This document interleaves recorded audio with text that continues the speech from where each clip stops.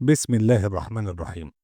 نادي الهلال السوداني بيتعادل طبعا بهدف لمثله مع فريق لوبوبو الكونغولي بهدف خارج الديار طبعا. المباراة أقيمت بين الفريقين لحساب الجولة الثانية من دور المجموعات بدوري أبطال أفريقيا. طبعا في ضوء النتيجة طبعا بيرتفع رصيد الهلال للنقطة الرابعة في صدارة المجموعة مع سان داونز، ولو إن الفريق الجنوب أفريقي بيتصدر بفارق الأهداف، وطبعا بيأتي في المركز الثالث مولودية الجزائر بنقطة، ثم الفريق الكونغولي بنقطة أيضا. نروح لتقييم لاعيبة الهلال في مباراة اليوم. نبدأ بحارس المرمى ودراوجو، طبعا 6 درجات من 10. نروح طبعا للباك اليمين ابويلا، طبعا 6.5 من 10. وطبعا قلب الدفاع سعيد أحمد 7.1 من 10. وخرشوم أو كرشوم 7.2 من 10. طبعا ده يعني يعتبر أعلى تقييم في لاعيبة الهلال لحد دلوقتي. 6.1 من 10 في الباك الشمال. في خط النص كين و6.8 من 10. خضير 7 من 10. عمر طبعا جناح شمال 6.7 من 10، وكان هو صاحب هدف الهلال في المباراة. كوليبالي الجناح اليمين 6.7 من 10.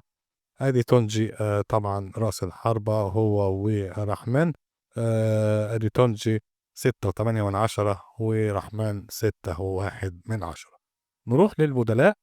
بطرس 6.6 من 10، وأحمد مبارك ب6.4 من 10. بكده يكون أفضل لاعب في الهلال هو الدفاع طبعا كرشوم، وأسوأ لاعب أو الأقل تقييما هو طبعا رأس الحربة أو يعني سكند سترايكر، المهاجم الثاني في خطة 4-4-2، رحمن بتقييم 6.1 من 10. ومعاه برضو الظهير الشمال 6.1 من 10 اللي هو 6. كده خلصنا الفيديو. مستني رأيكم من أفضل لاعب في الهلال من وجهة نظركم، ومين كان أسوأ لاعب. طبعا المايك معاكم والتعليقات مفتوحة. منتظر دعمكم بالاشتراك والإعجاب بالفيديوهات. وخلينا نقول قبل ما نقفل الفيديو، مين كان نجم المباراة في المباراة ككل بما إنها خلصت تعادل. نجم المباراة كان لعيب فرقة الكونغو من الكونغو هو راموس، اللي هو راس الحربة بتقييم 7.7 من 10.